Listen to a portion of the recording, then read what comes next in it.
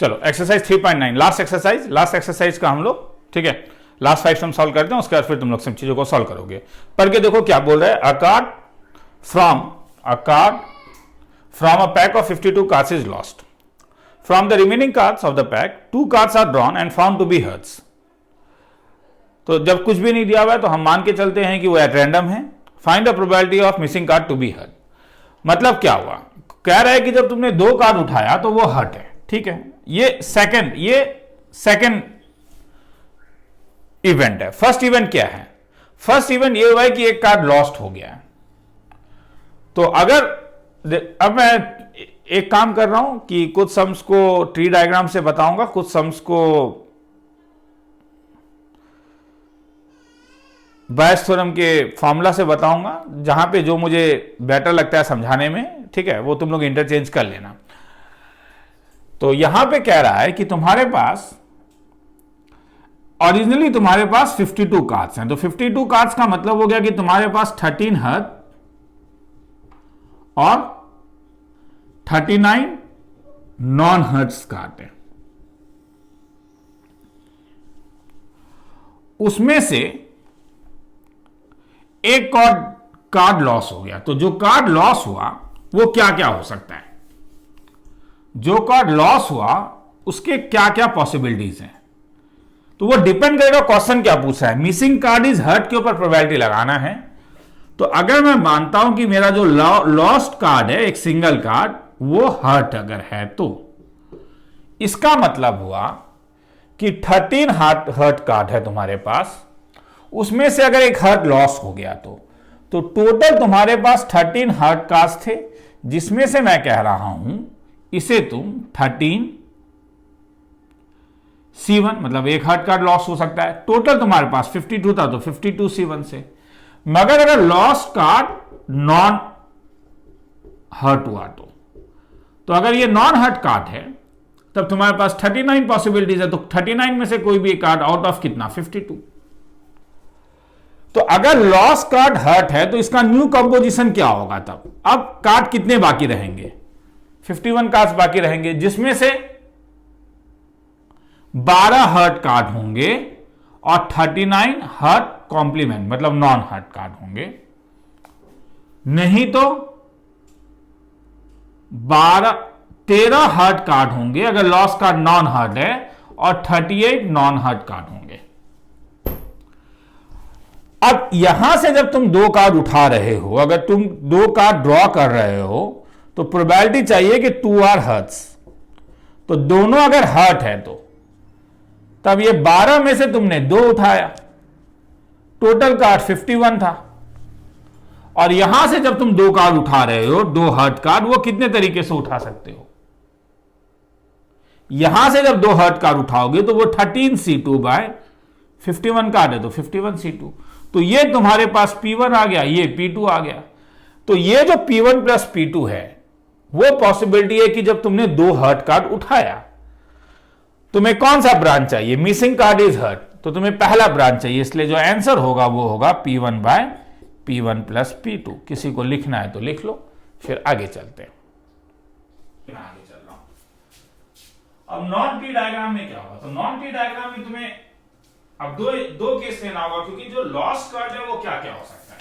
Non tree diagram वाले में तुम करोगे कि let E1 be the event that lost card is heart. अगर लॉस्ट कार्ड इज हर्ट तो न्यू कंपोजिशन क्या होगा? डायरेक्टली पहले लिख लो, 12 हर्ट 39 नॉन हर्ट कार्ड्स। तब जब हम ऐसे लिख रहे हो तो नॉन हर्ट कार्ड्स लिख लो, वो ज्यादा बेटर है, ठीक है। E2 be the event that lost card is non heart. अगर नॉन हर्ट कार्ड हुआ तो न्यू कंपोजिशन क्या होगा? न्यू कंपोजिशन में 13 हर्ट्स कार्ड्स होंगे और 38 नॉन हर्ट्स कार्ड्स होंगे।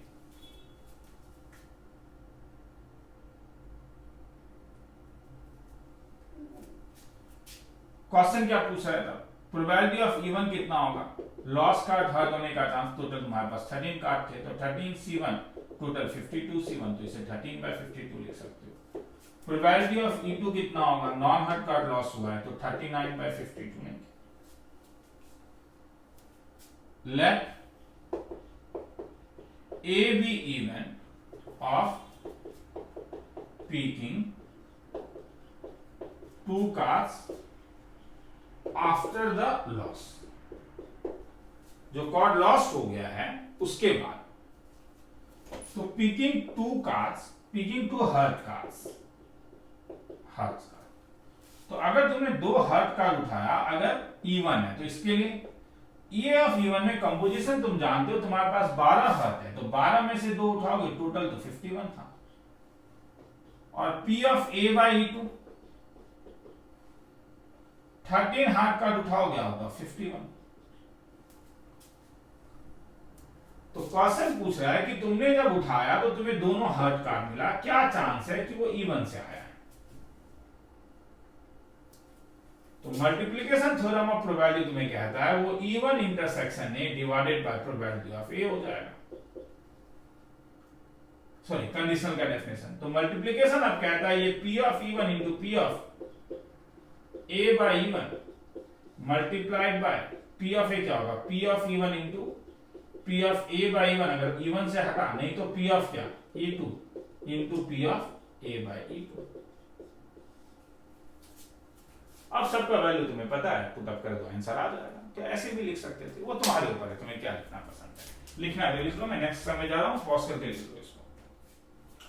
अ letter is known to have come either from Tatanagar or Calcutta, on the envelope just 2 consecutive letters TA is visible, what is the probability that letter has come from Calcutta. Tatanagar वाला खुद निकाल के देख लेना, या देखता हूं मैं करवाऊं तो करवा भी। तो बिना वेन डायग्राम, सॉरी बिना ट्री डायग्राम का 2 तरीका है, बिना एक ट्री डायग्राम से करो। देखो करना होगा, मैं फिर से तुम्हें कह रहा हूं करना होगा। हाँ, कोरोना कहने से नहीं होगा, you have to do the करना होगा। जो मैं तुम्हें दे रहा हूं असाइनमेंट शीट, नीचे असाइनमेंट शीट है, करना होगा।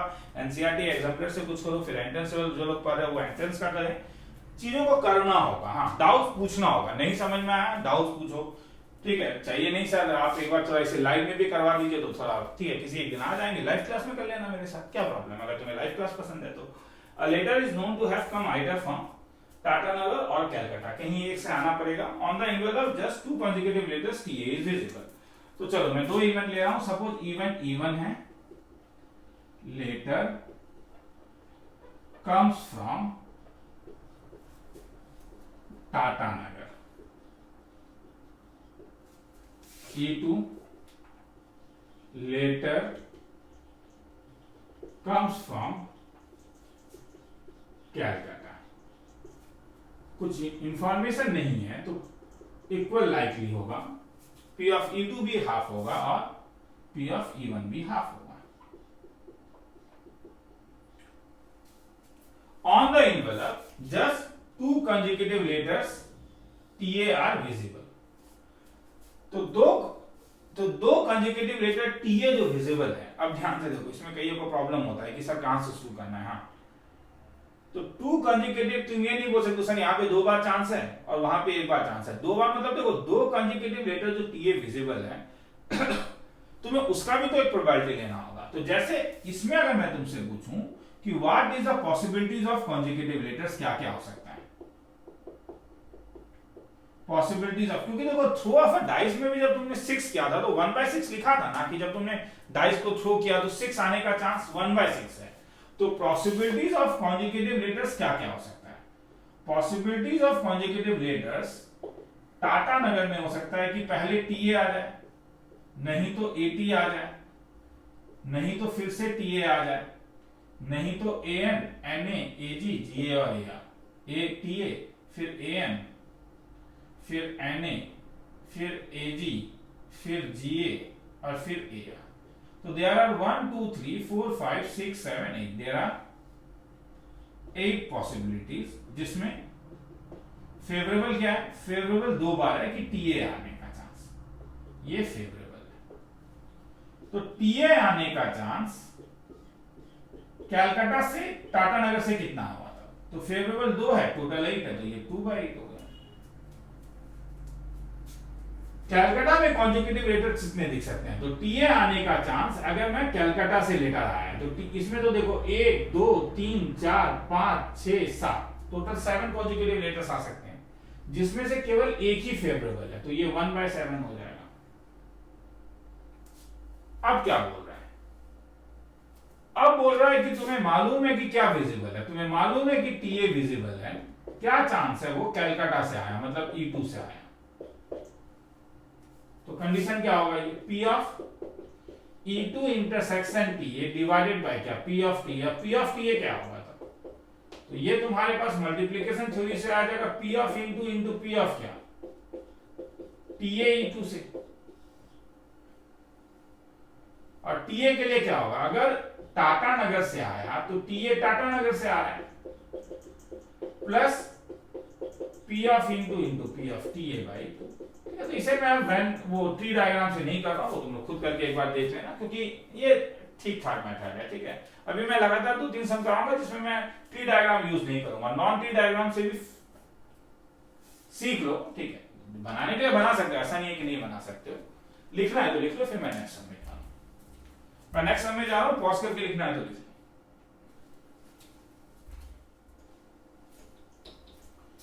Suppose that 6% of the people with blood group O are left-handed.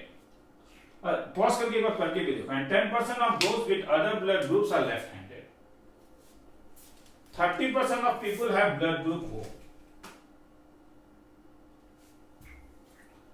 If the left-handed person is selected, ठीक है, left-handed person select कर रहे हो, तो मैं left-handed person को LH नाम दे रहा हूं। What is the probability that he will have blood group O? मतलब O। तो अब मैं तुम्हें डायरेक्टली पहले क्या निकालना है, कईयों को यहां पे प्रॉब्लम होता है, इसलिए मैं ये बोल रहा हूं। क्या है? तुमने लेफ्ट हैंडेड बंदा सेलेक्ट किया, क्या चांस है उसका ग्रुप O होगा, यही पूछ रहा है ना। तो अगर तुम लिखना चाहो तो ये प्रोबेबिलिटी ऑफ हो जाएगा O intersection L divided by क्या? Probability of L। तो ये क्या हो जाएगा? बंदा का O ग्रुप हो और लेफ्ट हैंडेड ग्रुप O से हो, डिवाइडेड बाय L में क्या होगा? बंदे का O ग्रुप हो, बंदा लेफ्ट हैंडेड O ग्रुप से हो, प्लस बंदे का O ग्रुप ना हो और बंदा अगर लेफ्ट हैंडेड हो, बंदा लेफ्ट हैंडेड हो O ग्रुप से और बंदा लेफ्ट हैंडेड हो अगर उसका ग्रुप O नहीं है। तुम बोलोगे सर ये मैं डायरेक्टली लिख सकता हूं। हाँ, अब सम करके देखो क्या बोल रहा है, समझ में आ रहा है क्या चाहिए मुझे लेफ्ट हैंडेड चाहिए O से, तो मैंने क्या किया? O इंटरसेक्शन है, मतलब ग्रुप O हो और वो लेफ्ट हैंडेड हो। तो क्वेश्चन में तो क्या दिया हुआ है? 30% of the people have blood group O, तो P ऑफ O कितना दिया हुआ है? 30/100। और अगर O ग्रुप है तो लेफ्ट हैंडेड कितना दिया हुआ है? 6% of the people with blood group O are left handed, तो ये कितना हो जाएगा? 6/100। तो नीचे वाला तो हो गया 30/100 इंटू 6/100 प्लस O डैश कितना होगा तब? 30% of the people have blood group O, तो इसका रिमेनिंग काउंटर जो होगा वो 70/100 हो जाएगा इनटू उसमें 10% of those with other blood group are left handed, तो ये कितना होगा? 10/100 खिला करना। तो कभी कभी क्या निकालना है वो लिखो ना। अब अंग्रेजी में तो लिख सकते हो ना, लेट वो फलाना फलाना, अंग्रेजी में एडजेक्टिव लगा के लिख लो कहीं पे डाउट है तो। तुम बोलोगे सर यही कंफ्यूजन है क्या सर, ये क्यों नहीं लिखा आपने L बायो? तो L बायो का मतलब क्या हुआ? खुद बोलो ना अंग्रेजी में क्या? प्रोबेबिलिटी ऑफ क्या इसका मतलब है कि वी नो O ग्रुप ही इज लेफ्ट हैंडेड, क्या ये पूछा है? बोलो ना क्या गिवन है? वी नो O ग्रुप, क्या गिवन है? If a left-handed person is selected at random, what is the probability that he will have blood group O? तो blood group O के ऊपर ही पूछ रहा है, मतलब cause ही पूछ रहा है, इनवर्स प्रोबेबिलिटी पूछ रहा है कि मुझे मालूम है वो लेफ्ट हैंडेड है। तो ये तो नहीं पूछा है ना, मुझे मालूम है वो लेफ्ट हैंडेड है, वो कहां से आया? O से आया। लिखना है तो लिख लो, फिर चलो। Suppose that the reliability of the COVID test is specified as follows. Of people having COVID, 90% of the tests detected the disease, but 10% go undetected. तो टेस्ट का क्या है? कोविड टेस्ट का, ठीक है। तो प्रोबेबिलिटी ऑफ सपोज T जो है वो सक्सेसफुल टेस्ट के लिए है,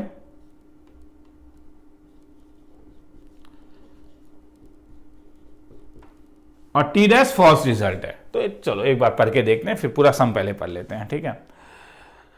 99% of the people free from COVID, 99% of the tests are just COVID negative, but 1% are diagnosed as showing COVID positive. From the large population of which only 0.1% have COVID, 1% is selected at random, given the COVID test, and the pathologist reports him/her as COVID positive. What is the probability that person actually has COVID? तो अगर इसे T diagram से तुम्हें बनाने का मन है तो एक पर्सन है, अब वो पर्सन ओरिजिनली हेल्दी हो सकता है, मतलब नॉन कोविड हो सकता है, या तो वो पर्सन कोविड हो सकता है। क्वेश्चन कह रहा है कि एक लार्ज पॉपुलेशन में केवल 0.1% बंदे को कोविड है, एक्चुअली हैज कोविड, मतलब ये ब्रांच चाहिए तुम्हें। तो ये 0.1% मतलब 0.1/100, जो काफी छोटा क्वांटिटी हो जाएगा, 0.001। तो ये तो इसका कॉम्प्लीमेंट होगा नॉन कोविड वाला, तो ये हो जाएगा तुम्हारे पास 99.009 डिवाइडेड बाय 100। तो 1 से अगर माइनस करोगे तो वो ठीक है, वो तुम डायरेक्टली करो, 99.9 डिवाइडेड बाय 100। अब अगर एक नॉन कोविड पर्सन टेस्ट देता है, 99% of the test COVID negative, but 1% are diagnosed as showing COVID positive of the people free from COVID. हां, मतलब अगर एक हेल्दी पर्सन में 1% बंदे को मगर कोविड टेस्ट पॉजिटिव आ जा रहा है, तो इसका मतलब है कि यहां पे नॉन कोविड बंदे का पॉजिटिव आने का चांस जो होगा वो 1/100 होगा, और कोविड पर्सन का आने का chance of the person having COVID 90% of the test detect the disease. तो कोविड है तो इसका पॉजिटिव आने का चांस 90/100 होगा। तो ये तुम्हारे पास P1 हो गया, ये तुम्हारे पास P2 होगा। क्वेश्चन क्या पूछ रहा है, तो ये दोनों ही पॉजिटिव है। देखो, नॉन कोविड पर्सन को भी पॉजिटिव दिखा सकता है, मतलब P1 प्लस P2, और क्या कह रहा है, पर्सन ओरिजिनली क्या है, what is the probability that the person actually has Covid. तो कहां से आए, ये P2 से आए, तो P2/P1 प्लस P2। अगर तुम्हें इसे लिखने का मन है कि नहीं सर थ्योरेटिकली कैसे करेंगे, तो suppose H is equal to healthy person, H एक हेल्दी पर्सन है। ये मुझे पॉज करके, जरूरी नहीं है, मुझे पॉज करके तुम लोग एक बार इसे समझ सकते हो। हां, तो probability of getting healthy person कितना है,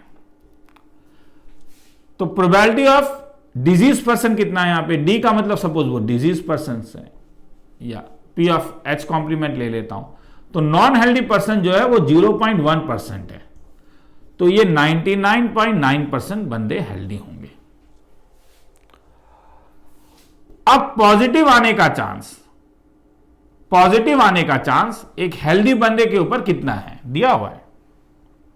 of the people free from COVID, मतलब ये हेल्दी पर्सन है, 90% test just COVID negative, but 1% of the diagnosis as showing COVID positive. तो इसका मतलब ये 1/100 है। पॉजिटिव आने का चांस अगर वो बंदा नॉन हेल्दी है तो 90% ऑफ डिटेक्ट द डिजीज, तो मतलब वो डिजीज है उसके पास, तो वो 90/100। क्वेश्चन क्या पूछ रहा है, the pathologist reports him as COVID positive, मतलब पॉजिटिव कंफर्म है, क्या चांस है कि वो बंदा नॉन हेल्दी होगा। तो ये पॉजिटिव, ये intersection positive divided by probability of positive, तो ये क्या होगा तब, मल्टीप्लीकेशन से S dash into probability of positive अगर वो S डैश है, divided by probability of H अगर प्रोबेबिलिटी ऑफ पॉजिटिव अगर वो H है, plus probability of H dash probability of positive अगर वो H डैश है। अब वैल्यू सबका लिख देना, आंसर आ जाएगा। लिखना है तो लिख लो, फिर से कह रहा हूं पॉज करके लिखो क्योंकि मैं आगे निकल रहा हूं। ठीक है, मैं नेक्स्ट सम में जा रहा हूं। A bag contains 4 balls. 2 balls are drawn at random and found to be white. What is the probability that ball is white? तो क्या क्या पॉसिबिलिटी हो सकता है, सोचो। हाँ बोलो, एक बार मैं फिर से कह रहा हूं, हाँ कि पॉज करो, खुद सोचो। एक बैग में 4 बॉल हैं, तो क्या क्या पॉसिबिलिटी हो सकता है? ओरिजिनली क्या क्या पॉसिबिलिटी हो सकता है कि 0 व्हाइट बॉल हो, तो बोलोगे सर हो ही नहीं सकता है, क्यों? 2 balls are drawn at random and found to be white। ठीक है, वहां से भी शुरू कर सकते हो, मगर मैं सब पॉसिबिलिटी लिख रहा हूं। चारों के चारों नॉन व्हाइट हूं, और एक पॉसिबिलिटी बोलते जाओ, एक व्हाइट बॉल हो, 3 नॉन व्हाइट, और बोलो 2 व्हाइट बॉल हो, 2 नॉन व्हाइट, और बोलो 3 व्हाइट बॉल हो, 1 नॉन व्हाइट, और बोलो। तो कभी कभी इतना भी ब्रांच बन जाता है। 4 व्हाइट बॉल है, 0 नॉन व्हाइट। इंफॉर्मेशन कुछ नहीं दिया है, इसलिए सबका चांस 1/4 होगा। इक्वली लाइकली है, कुछ दिया हुआ तो है नहीं। 1 2 3 4 5, तुम बोलोगे सर आप गलत कह रहे हो क्योंकि 5 है, तो सॉरी 1/5। अब तुमने 2 बॉल उठाया, वेरी गुड, और क्या मिला? जब तुमने 2 बॉल उठाया तो are found to be white, तो यहां से 2 व्हाइट आने का चांस, तुम बोलोगे सर है ही नहीं। ठीक है, यहां से 2 व्हाइट आने का चांस, तुम बोलोगे नहीं है। मगर अगर ये तुम नहीं लिखते तो तुम 1/3 1/3 1/3 ले लेते। समझ में आया कहां अंतर है? 1/5 का खेला है। अगर यहां से 2 व्हाइट उठाओगे तो तुम्हारे पास 2 व्हाइट है, तो ठीक है, 2c2 divided by 4c2 is equal to 1/6। यहां से 2 व्हाइट उठाने का chance 3c2, very good, divided by 4c2, 3c2 is 3/6। यहां से उठाने का चांस 2 व्हाइट, तुम बोलोगे सर बेकार है, 4c2 बेकार तो नहीं है मगर कुछ तो है, 1। तो P1 branch 0, P2 branch 0, P3 branch 1/30, P4 branch 3/30 और P5 ब्रांच 1/5। तो 30 के टर्म में अगर मैं लिखूं तो 6/30।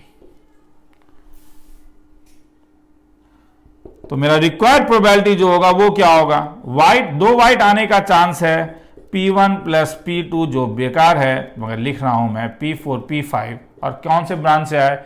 ऑल आर व्हाइट, तो मुझे P5 ब्रांच से चाहिए। तो पुटअप करोगे तो 6 divided by 6 7 8 9 10 is equal to 3/5। खेला खत्म। एक बार मैं भी आंसर देख लेता हूं, आंसर 3/5 है, इट्स ओके। तो ये बाइस थ्योरम को खत्म करता है। बाइस थ्योरम को अब तुम लोग ट्राई करके देखोगे। गारंटी देता हूं जो लोग जेई का एग्जामिनेशन देते हो कि जेई मेंस लेवल में प्रोबेबिलिटी बाइस थ्योरम